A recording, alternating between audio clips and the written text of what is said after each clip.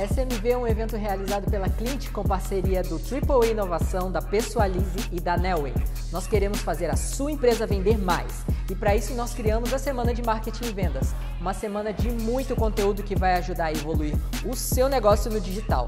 Então se prepare para receber muitos insights e aproveite a palestra.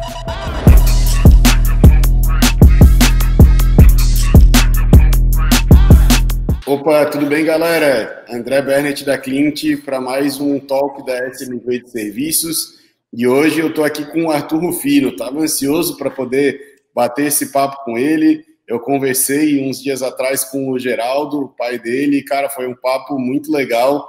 Ele conversou bastante comigo e trouxe algumas questões assim bem voltadas para posicionamento enquanto pessoa, enquanto ser humano, enquanto profissional.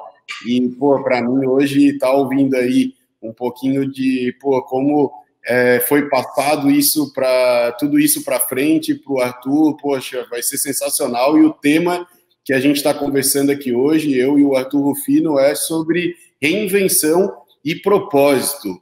Arthur, antes de a gente começar a bater o papo, cara, se tu puder rapidamente aí se apresentar, dar um oi para a galera, falar um pouquinho de quem que é o Arthur, um pouquinho sobre a tua experiência, por favor, amigo, tá contigo aí a palavra. Bom, eu sou muito mais conhecido como filho do Geraldo Rufino, mas eu sou presidente da JR Diesel, eu sou sucessor do Geraldo na empresa. A minha função é muito na questão de estratégia, inovação, desenvolvimento de novos negócios.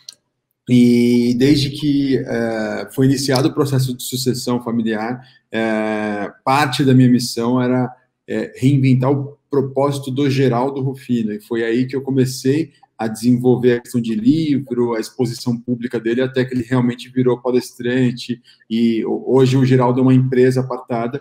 Então é um pouco da minha função, não só em JR Diesel, não só em Geraldo Rufino, mas hoje muito em mentorias também. Eu tenho essa função de dar um empurrão naquilo que eu sei que as pessoas já têm dentro de casa, mas ainda talvez não tenham percebido como usar melhor aquela ferramenta. Muito legal, Arthur. Porra, bacana, um prazerzão poder te conhecer, poder estar interagindo aqui junto contigo.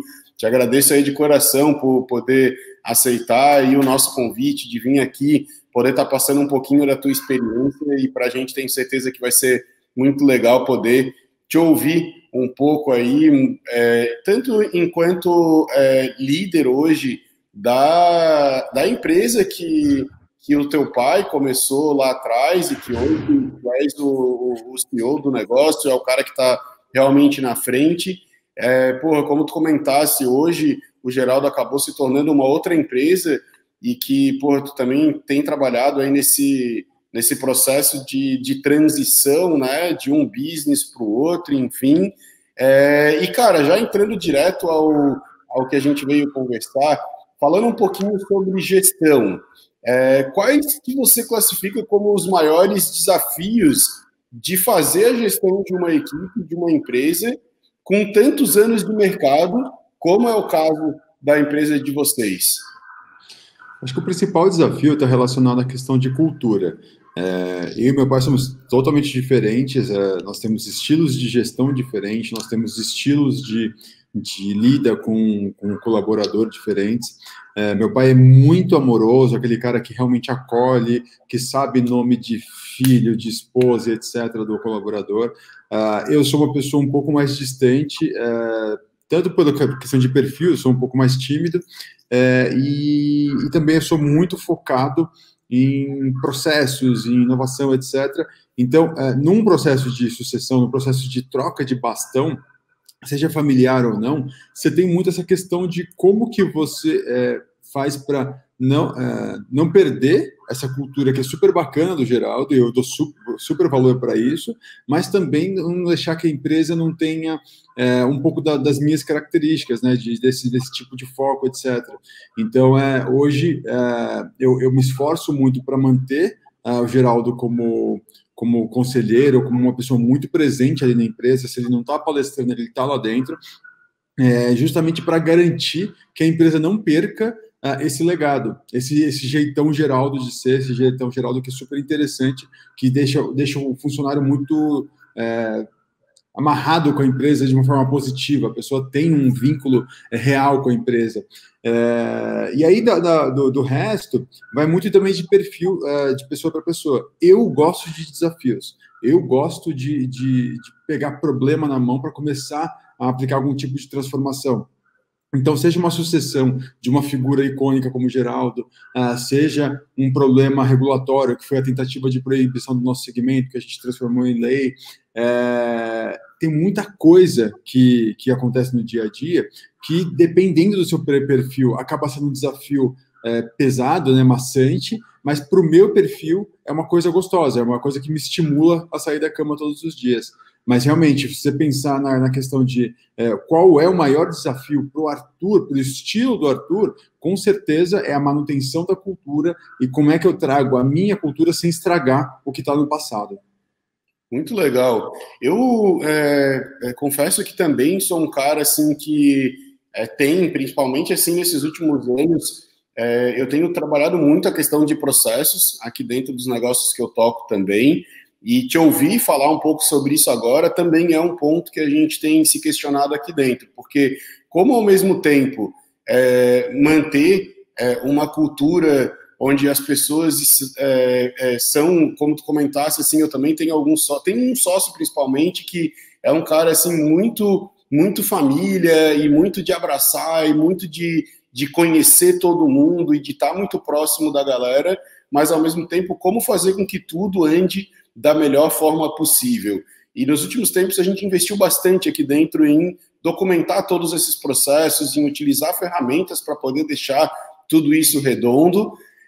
E, cara, eu estou agora vivendo nesse exato momento um grande de um desafio assim meu mesmo, porque comecei a ler o livro do cara lá, do fundador da Netflix, que o nome é A Regra é Não Ter Regras. E aí, a Netflix é a cultura da reinvenção.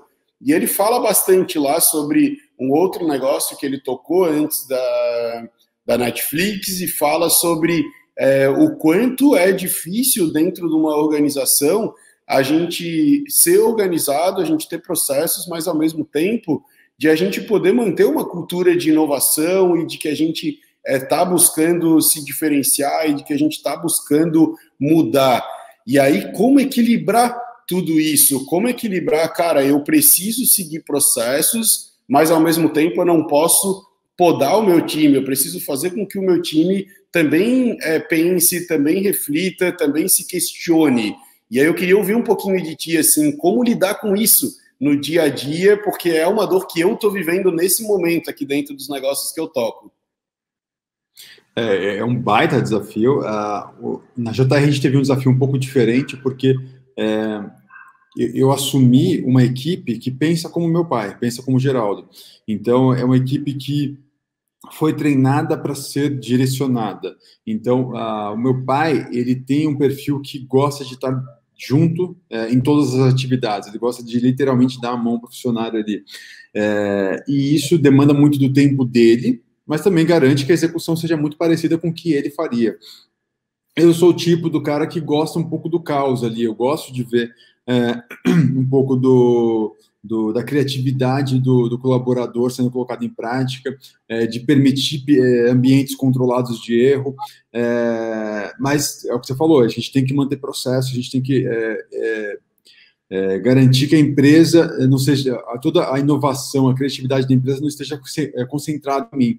E aí é muito uma questão de o que a forma que eu achei foi para preservar esse jeitão gostoso de trabalhar no JR Diesel. Eu tenho o Geraldo lá todos os dias, me dá um trabalho do cão manter tudo que eu quero lá dentro, como processos, inovação e etc., com o cara que tipo, me deu na telha, eu vou fazer e etc., mas eu tenho os bônus por isso. Eu tenho certeza que a JR é um espaço melhor para se trabalhar porque a gente tem ele lá dentro.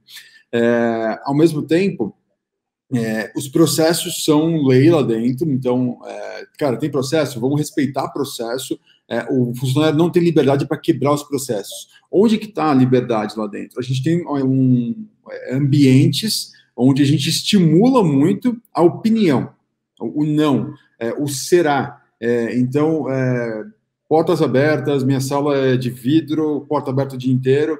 Então, vem, questiona. Você não vai ser rechaçado por estar questionando a minha autoridade, a minha ideia. Eu não quero ser dono de nada lá dentro. Tipo, foi o Arthur que fez. O Arthur foi um gênio porque resolveu tal coisa. Não, eu quero que a empresa tenha resultado. E foi assim até que eu garanti uma boa sucessão em algum momento. Eu era aquele sucessor cabeçudo, teimoso, que é arrogante, que acha que todo mundo está errado e só ele, que é o grande inovador, está certo. Já fui esse perfil de sucessor.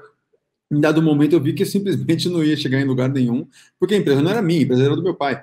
Então, eu precisava respeitar o legado, precisava respeitar a opinião dele e o jeito dele de fazer as coisas. Tinha que eu ser o responsável de empreender essa sucessão.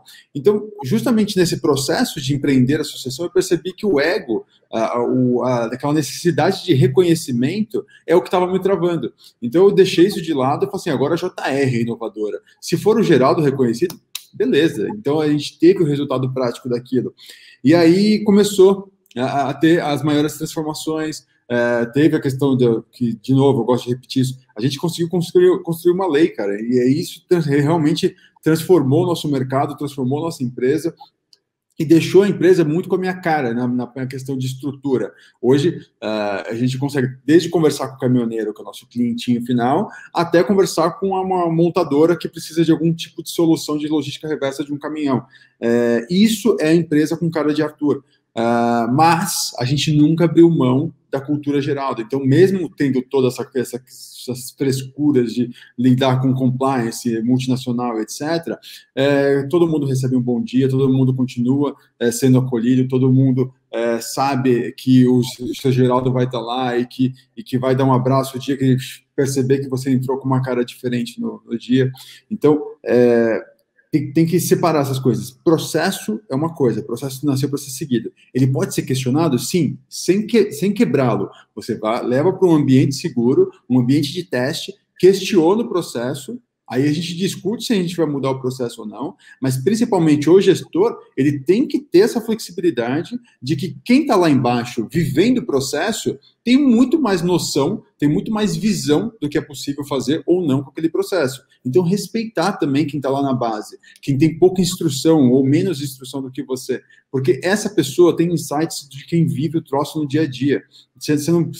É improvável que você conheça tão bem seu processo, se tenha estudado tanto para saber mais do que aquela pessoa que fica apertando o botãozinho lá no seu lugar. Então, é um pouco disso que a gente acaba trazendo para fazer com que a coisa flua de uma forma interessante, permita inovação e não abra mão de um ambiente gostoso. Muito legal. E, cara, a família de vocês como um todo tem, assim, muita questão da resiliência no dia a dia, né? É uma coisa, assim, que, andou com vocês durante bastante tempo, de, putz, vamos e não desistir, vamos acreditar, e vamos trabalhar, e vamos estar junto. O Geraldo falou muito no papo que a gente teve sobre... Cara, o que passou, passou, o futuro é algo que ainda vai acontecer, mas o agora eu consigo controlar, o agora eu consigo trabalhar. E a gente está, nesse momento, vivendo uma crise que a gente ainda não tem clareza de quando que finaliza essa questão, pandemia e dificuldade, já passaram, com certeza, aí dentro da JR Diesel, por outras situações, de dificuldade, de crise mesmo, do país, das empresas aí como um todo, e pelo que eu entendi, assim, a crise é uma forma de rever o que está sendo feito e de tomar, assim, novas atitudes, novos direcionais. Quando tu assume o negócio com uma visão mais de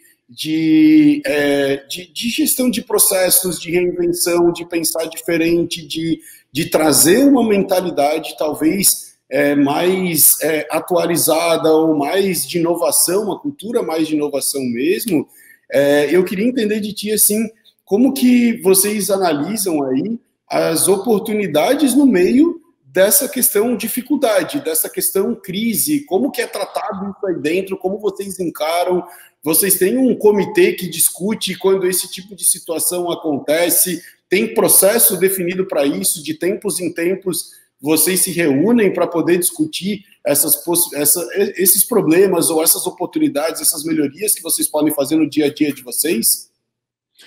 A gente não tem processo para isso, mas isso vem muito da mentalidade do meu pai, né? O cara veio de favela, etc, blá, blá, blá, mas o que diferenciou o Geraldo, na minha opinião, é que ele nasceu com esse mindset aí e teve muito da influência da mãe dele nessa história, de que, ok, o problema chegou, vamos resolver. Qual que é o próximo passo, né? Então, nós quebramos lá em 2002, mais ou menos.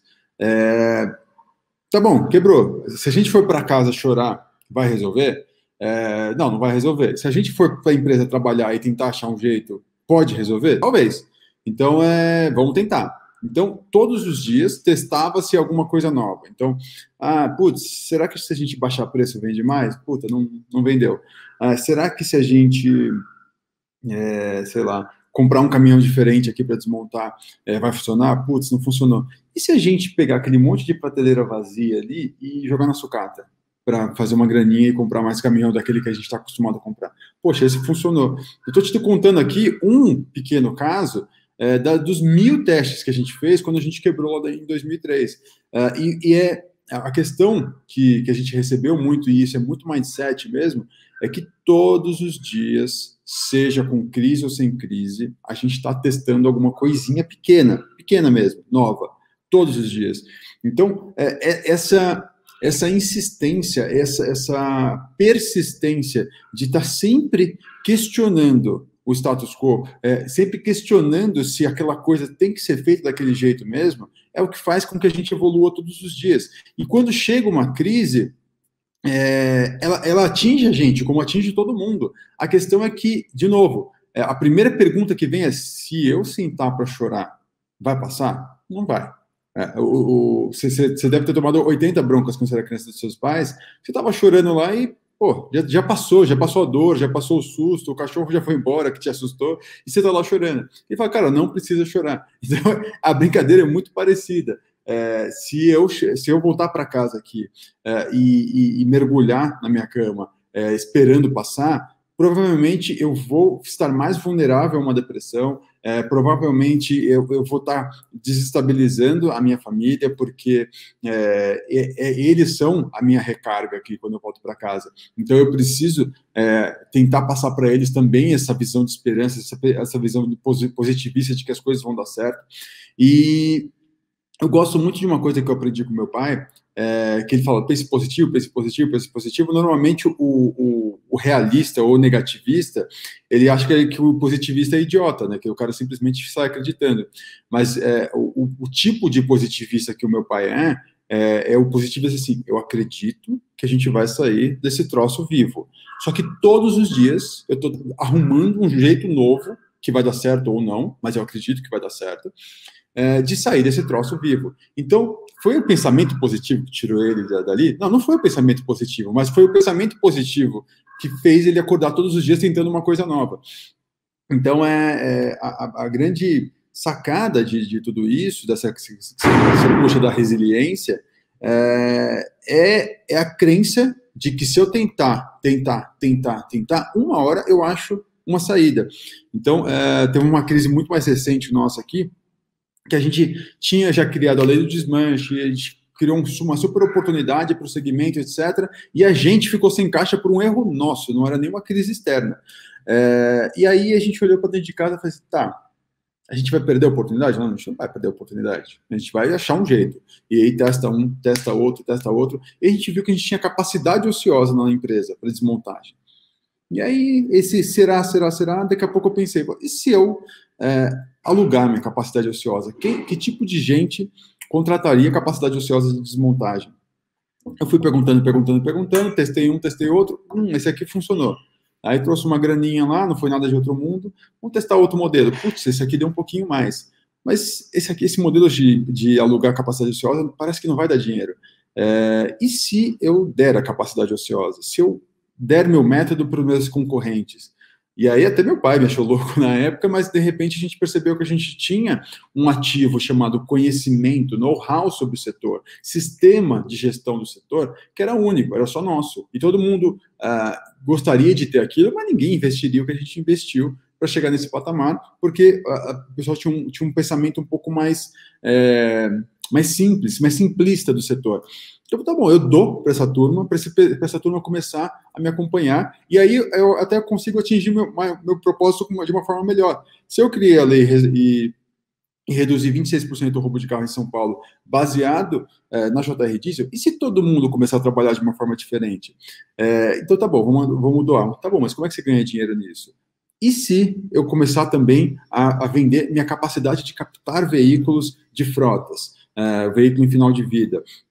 Tá bom, nesse eu já consigo ganhar dinheiro porque eu pego barato, porque eu tenho uma capacidade de captação grande e trago para a rede de desmanches. E se eu criar um marketplace? Pô, eu tenho um FII aqui. E se eu ajudar essa turma a ter uma logística reversa dos produtos recicláveis e remanufaturáveis melhor do que ele tem hoje? Pô, também consigo aqui. E aí nasceu aqui uma empresa de serviços totalmente digital de ativos que a gente já tinha em casa. Então, isso que a gente chama de desmanche criativo, é você utilizar recursos que sua empresa já tem de uma forma totalmente diferente. Até então, a JR era uma empresa de venda de peças usadas. E, de repente, a gente está virando uma startup de tecnologia que entrega serviço para outros desmontadores. Eu fortaleço meus concorrentes através da tecnologia, ganhando das transações de dentro do setor. É muito maior do que pode ser a JR. Então, essa flexibilidade, essa inovação acaba nascendo justamente da insistência, da resiliência, de pensar positivo e tentar algo novo todos os dias. O que a gente erra, a gente leva como lição, o que a gente acerta, mesmo que seja pequenininho, todos os dias a gente está comemorando de alguma forma. Seja tomando uma água, uma Coca-Cola, fala assim, eu acertei pequenininho, boa. Porque senão você fica naquela noia gigante de, nossa, a minha meta de 12 milhões não foi atingida, eu só cheguei nos 11. Pô, você estava em 1 milhão há 2 anos atrás, e você não está comemorando os 11, só porque você não chegou nos 12, que era a meta. Então comemora cada milhãozinho ali, ou comemora cada R$100 a mais que você faturou no dia. Mas se você não treina a sua cabeça para aceitar que você está evoluindo, você vai ser um frustradão em crescimento. Caramba, que aula, que legal, cara. Você parar esse pedaço aí do que tu trouxe para a gente poder levar para o máximo de pessoas possível, cara. Porra, muito bacana essa tua visão. Cara, como a gente tem um processo de reinvenção dentro de casa e nem que a gente tenha que trabalhar em prol dos nossos concorrentes, cara, para poder fazer com que a gente use parte do que a gente já tinha dentro de casa de ativo, ou seja, sem custos talvez exorbitantes extras, ao mesmo tempo que a gente consiga trazer aí uma nova fonte de receita para dentro de casa, cara. Sensacional. Como é que a gente utiliza o nosso recurso de uma forma inteligente para que a gente possa crescer, para que a gente possa faturar mais, para que a gente possa se desenvolver e, ao mesmo tempo, ajudar um número muito maior de pessoas e algo que possa se tornar, como tu comentasse, muito maior do que vocês eram um tempo atrás, cara. Bacana demais. Um ponto, cara, que eu queria te trazer é que a gente vem falando bastante sobre uma preocupação socioambiental dentro das empresas. E os negócios do futuro, na tua visão, eles têm que estar mais antenados ainda em cima desse ponto, ou é algo que, cara, já está legal, as empresas já estão antenadas com relação a isso? Como vocês tratam isso aí dentro da JR Diesel hoje? Olha, a gente se viu uma empresa de propósito depois de 30 anos de existência da empresa. A gente percebeu que nossa atividade tinha potencial de redução de crime depois que a lei nasceu. A gente nem interferiu na lei muito olhando para essa questão de redução de criminalidade. A gente estava se protegendo de um movimento regulatório que queria proibir o segmento. Então, eles foram altruístas, natos, não sei o que, foi nada. Mas, assim, quando a gente percebeu que tinha esse poder, aí sim a gente começou a perceber a força do propósito nas nossas ações. A empresa se tornou muito mais escalável, muito mais organizada e muito mais conectada com os entes da cadeia depois que a gente percebeu esse propósito. Então, eu acho que, sim, vale muito a pena você continuar escalando a questão de propósito, a questão do impacto socioambiental da sua empresa todos os dias, sempre um pouquinho mais, mas também não se martirizar porque você ainda não percebeu isso. Tipo, eu vendo clipes, e o clipes não muda a vida de uma criança pobre. Cara, em algum momento você vai achar uma forma de fazer isso e não se culpe. A gente só achou 30 anos depois, estava tudo bem. A gente nasceu capitalista, cresceu capitalista, quebrou capitalista, se reergueu capitalista, e aí a gente encontrou uma oportunidade de escalar absurda depois que a gente se viu uma empresa de propósito. Assim, eu acredito que o futuro é que as empresas sejam cada vez mais conectadas com isso. Eu acredito demais que o empreendedor ele tem mais responsabilidade pelos impactos na sociedade do que um político, porque tá muito ao nosso alcance, não importa se a gente é uma microconsultoria de projeto de parafuso ou se a gente é a Microsoft. Se a gente tem esse mindset muito bem estruturado, todos os dias, qualquer produto que a gente vai desenvolver, a gente vai ter o ímpeto, o hábito de pensar, será que se a gente virar uma vírgula aqui, a gente não consegue ajudar uma categoria X de pessoas que sofrem de algum tipo de dificuldade? Será que se a gente desenvolver esse software aqui para quem pode pagar, a gente não consegue destinar 10% das licenças para quem não pode? Porque isso, depois que vira hábito, a tendência é que daqui a pouco você tenha negócios que não precisa ficar doando para ninguém, mas ajuda todo mundo. Às vezes você simplesmente precisa democratizar o acesso a algo, porque quem está na favela hoje paga mais caro do que quem está na Zona Sul de São Paulo, algum tipo de produto. Por quê? Porque para chegar na favela, o nível de distribuição necessário para chegar na merceariazinha ali da favela é muito maior do que no Pão de Açúcar da Avenida X aqui. Então, você vê que eu não estou falando para você doar nada para o pobre, eu estou falando para você deixar ele pagar a mesma coisa que a classe B ou a classe A está pagando. Então, você percebe que não é filantropia, não doe um pedacinho do seu dinheiro, não é socialismo, é literalmente fazer com que o seu negócio seja mais eficiente para que mais gente tenha o mesmo direito de todo mundo, para que mais gente tenha o mesmo tipo de acesso que todo mundo. Você começa a ver doutor consulta, você está vendo um monte de coisa nascendo que começa o quê? Substituir o poder público em situações que obviamente seriam só do poder público, como saúde, como segurança. Tem J.R. Diesel interferindo. Pela primeira vez, a gente teve uma queda de roubo de carros em São Paulo. Em alguns municípios de São Paulo, onde essa questão da saúde privada de baixo custo cresceu tanto que você começa a ter vaga no sistema público de saúde. Tudo isso é fruto de um empreendedor xarope que, de repente, pensou que ele podia resolver algo cobrando por isso, tendo lucro, que a pessoa tem de graça no sistema público. Então, é nisso que eu acredito muito. Dá, sim, para a gente resolver uma porrada de problema do nosso país, através de iniciativas privadas, que não precisa doar nada. Então, reforçando aqui a minha concordância, sim, eu acredito que cada vez mais existirão negócios focados no socioambiental, mas eu só acredito que isso vai funcionar se eles forem lucrativos e prósperos. E eu acho que a sua busca, você empreendedor que pode estar me ouvindo aqui, como é que eu alcanço cada vez mais gente fazendo o que eu faço ou mudando algumas coisas dentro do que eu faço. Muito legal, cara. Poxa, A última pergunta que eu tinha para ti, mas que para mim agora, porra, te ouvindo falar assim, é uma baita de uma inspiração e tá mais claro assim para mim, porque, porra, se manter líder do mercado por quase 30 anos, como vocês estão aí dentro da JR Diesel, com certeza não é algo fácil, mas ouvindo você falar, ouvir o seu pai uns dias atrás falando também, fica claro assim o quanto vocês estão preocupados em como ter uma empresa lucrativa, mas ao mesmo tempo como a gente transforma a sociedade como um todo, como a gente está próximo de pessoas que também estão buscando essa transformação na sociedade como um todo.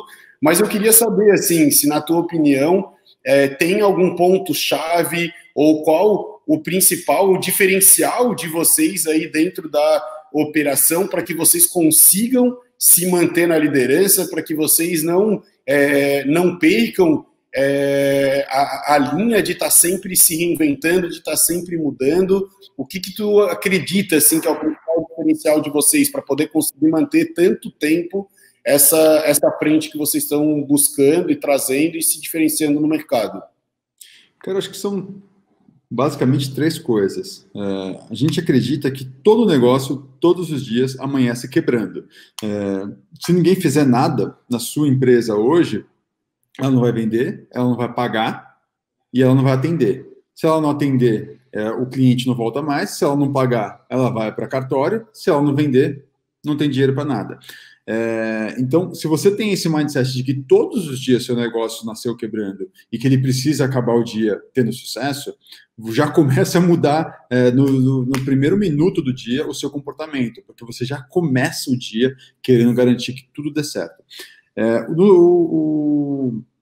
O segundo ponto é essa questão das crises, né?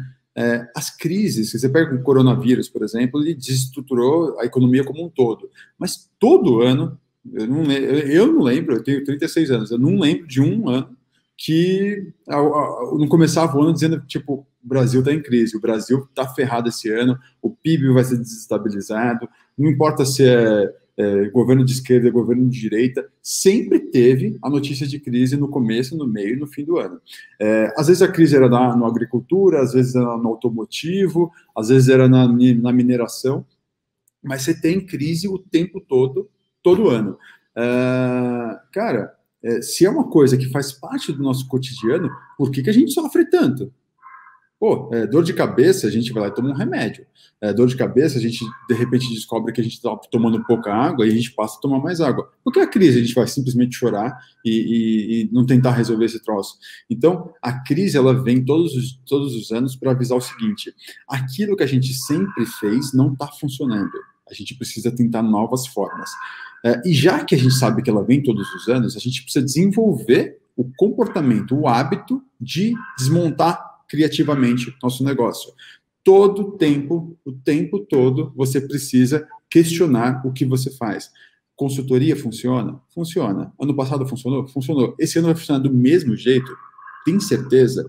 Então, esse será constante, esse desafio do seu modelo de negócio constante é o que garante também que a gente se reinvente, que a gente busque novas formas de fazer as coisas que a gente fazia até ontem.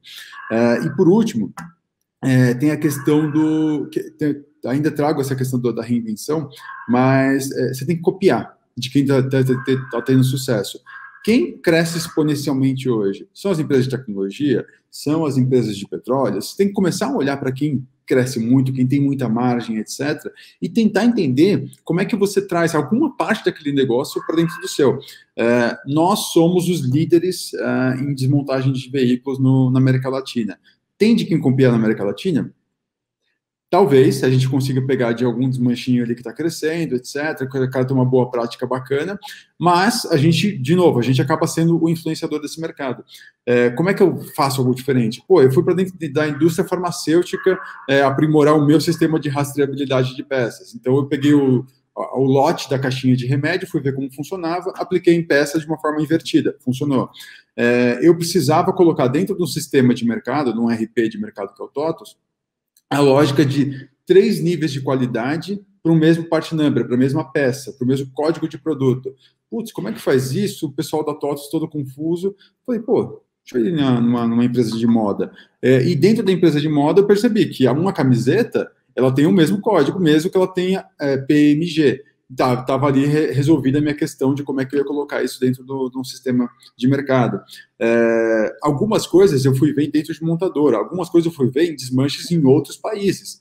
Pô, mas na Alemanha, o desmanche é totalmente diferente do Brasil. O consumidor faz isso, o carro vem de graça, não sei o quê. Tá bom, não tem nada para copiar. E aí fui lá e tinha um pedacinho. Só que eu visitei 9 países para descobrir vários pedacinhos que montaram o nosso modelo, e nosso modelo acabou virando lei. Então, sempre tem alguma coisa para você copiar, e nem sempre é do lugar mais óbvio do mundo. Então, essa brincadeira de você se colocar numa posição de leigo, não importa que você é o primeiro do seu mercado, é o que te faz questionar o tempo todo e aceitar que você pode melhorar muito quando você copia de outro, mesmo que ele seja menor que você, mesmo que ele seja de um mercado totalmente diferente e muito menos sofisticado do que o seu. Muito legal, cara. Eu falo bastante aqui dentro da clínica, dentro da SMV, sobre a necessidade de a gente poder fazer benchmark, de a gente poder pesquisar e tal. Agora, pô, ver tu trazer alguns exemplos pra gente de mercados tão distintos. Pô, vou lá para dentro de uma farmacêutica, vou para dentro do mercado de moda, e vocês estão dentro do mercado de reciclagem de automóveis. Porra, cara, é uma baita de uma lição, é um baita de um exemplo de que, cara, às vezes as respostas para aquilo que a gente precisa, elas talvez não estejam tão claras dentro do mercado que a gente está, e aí como que eu vou buscar isso fora? Esse exemplo ali do PMG dentro do mercado da moda, caramba, cara, achei sensacional. Acho que muito do que a gente tem falado, e eu tenho visto também dos profissionais que estão se destacando no mercado, é essa capacidade analítica de perceber pequenos detalhes e como aplicar isso no nosso dia a dia, como aplicar isso dentro do nosso negócio. E agora tu trouxe alguns exemplos aí, cara, muito legais, e com certeza essa coisa assim de, pô, precisamos manter uma empresa que já está há 30 anos no mercado como líder, mas a gente precisa fazer diferente a ponto de virar lei. Porra, eu queria poder conseguir em algum momento chegar nesse patamar que vocês chegaram. Sei que é muito trabalho para poder conseguir desenvolver tudo isso que vocês têm feito. É um trabalho que, cara, vai muito além daquilo que vocês estão fazendo aí dentro, e tem, só de trazer aí, diminuiu de forma bastante significativa a criminalidade dentro do nosso país como um todo. Porra, é sensacional, cara. Vocês estão mesmo de parabéns aí pelo trabalho que vocês estão fazendo, e é uma baita de uma inspiração para mim, e tenho certeza que para a galera que está acompanhando a gente aqui também. Arthur, cara, queria ouvir de ti, assim, se tem algum ponto final aí, alguma consideração, alguma dica de ouro aí para poder trazer para a galera. Se tiver, agora é a hora. Bom, eu acredito demais, cara, reforçando um pouquinho a questão de que o empreendedor tem sua responsabilidade para com o país, e esse empreendedor, não necessariamente ele é dono de um negócio. Eu acho que os intraempreendedores ali, os colaboradores de alto desempenho, não necessariamente de alto cargo, eles têm a mesma responsabilidade do quê? De transformar a sociedade onde a gente vive. Então, se um negócio fundado por um negro, vindo de favela, que está num mercado totalmente marginalizado, mal visto pelo brasileiro, eu acho difícil um negócio ter menor credibilidade do que um desmanche no Brasil. A gente, mesmo assim, com essas características, sendo pequeno, sendo de um mercado tradicional, a gente conseguiu aplicar esse grau de inovação, e não estou falando de inovação tecnológica, estou falando de inovação estrutural, inovação de processo, inovação de modelo de negócio. A gente conseguiu aplicar esse grau de inovação a ponto de criar lei, reduzir crime no estado inteiro. eu fico imaginando que tipo de negócio que você tá, que tipo de emprego que você tá, que você não possa fazer algo diferente para o seu entorno. Esse entorno pode ser sua família, sua casa, pode ser o seu escritório, pode ser sua cidade, seu estado, seu país. Mas você tem sim poder e responsabilidade de transformar o seu entorno. Então, não sossegue disso, não entenda que o partido A, o presidente, o governador ou o prefeito tem essa responsabilidade sozinho de melhorar o lugar onde você vive. Você está assistindo todos os dias, a internet ajuda muito a te jogar isso na sua cara. Gente bacana que veio do nada e que está fazendo uma super história. E você tem exatamente os mesmos recursos que essa pessoa. Você tem um cérebro, você é capaz, se você está aqui me assistindo, você tem o poder de discernir o que é certo e o que é errado. Então, use isso a seu favor e a favor do próximo. Então, a partir do momento que você começa a ter isso um pouco em mente, às vezes você acorda meio desmotivado, sei lá, pô, eu tô feliz com a grana que eu tenho, minha família tá legal, mas se você tem essa responsabilidade, esse compromisso com o seu entorno, é mais um dia que a motivação vem de outro lugar que não é só o seu coração ali. Então, cara, levanta, não espere que o outro faça por você, e aí eu digo, não faça por você tudo, é a sua carreira, é seu negócio, é a sua sociedade, é a segurança pública, é a saúde, não tem nada que você não tenha capacidade de interferir a partir do momento que você decide que você vai interferir. Cara, eu tenho 3 filhos, e eu vou gravar, com certeza, vou anotar numa agenda aqui para em algum momento, quando eles forem um pouco mais velhos, eu poder trazer essa tua visão e tal, porque, porra, cara, sensacional. Espero que em algum momento, algum deles, eu ficaria bem feliz, eu quero mesmo que eles sejam felizes, mas se em algum momento algum deles quiser, porra, vir trabalhar junto comigo, eu vou trazer esse papo, cara, para poder, ou eles ouvirem, assim, um pouco sobre como pensar diferente, como inovar, mesmo tendo uma visão já mais antiga, que em algum momento eu já vou também estar mais velho e tal, e poder ter gente com cabeça nova, pensando diferente e acreditando de que, cara, é possível inovar, é possível fazer diferente, mesmo dentro de uma empresa que, cara, já está no mercado há bastante tempo, e como tu trouxe mesmo, o mercado de vocês é um mercado que não é inovador, assim, vamos pensar. É um mercado antigo, é um mercado tradicional, é um mercado, como tu comentasse, muitas vezes marginalizado, e vocês conseguiram criar lei, vocês conseguiram diminuir a criminalidade no país, vocês estão fazendo, cara, um trabalho assim que a sociedade como um todo precisa agradecer vocês. Eu agradeço de coração pelo trabalho que vocês têm feito, e mais do que somente o trabalho que vocês estão executando aí no dia a dia de vocês, é a mensagem que vocês estão passando para frente, cara, porque isso inspira a gente a trabalhar melhor, isso inspira a gente a acreditar que sim, é possível a gente inovar, é possível a gente transformar a vida das pessoas que estão ao nosso redor. Cara, sensacional. Estou muito feliz de poder ter tido a oportunidade de estar aqui conversando contigo.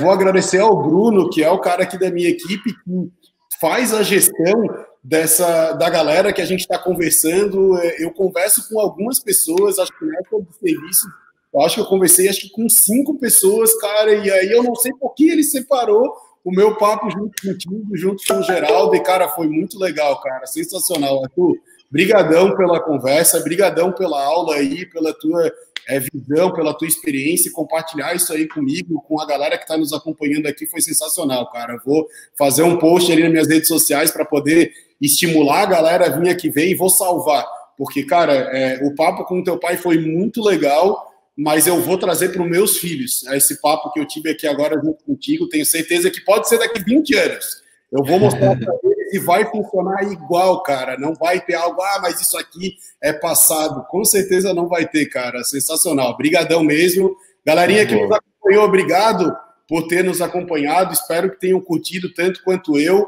A gente está colocando na tela aí as redes sociais do Arthur, tá aí o LinkedIn. Quem quiser acompanhar ele, interagir junto com ele, tá aí o Instagram também. Não sei se tem os meus aí também, a galera que tá por trás tá aí, o meu LinkedIn também, o meu Instagram também tá aí, é o André M. Bennett. Quem quiser poder interagir junto comigo também, por favor, fique à vontade. Obrigado por nos acompanhar e até a próxima. Arthur, brigadão, um beijão na família, cara, um beijão no teu pai aí, em todo mundo que tá junto com vocês, em toda a equipe, um sucesso e até mais, cara. Valeu, um grande abraço para vocês. Tchau, tchau. Espero que o conteúdo tenha gerado valor para o seu negócio e que você esteja motivado a crescer. Agora é contigo. Vai lá e faz acontecer. E fica aqui o convite para que você possa conhecer a Clint e as várias formas que nós temos de ajudar o seu negócio a evoluir. Nós somos uma plataforma que conecta as empresas, as agências e consultorias de marketing e vendas. Você entra no site, faz um breve cadastro contando um pouco sobre as suas necessidades e nós encontramos a agência digital perfeita para o seu negócio. E você não gasta nada com isso. Está precisando vender mais na internet? Nós sabemos como te ajudar.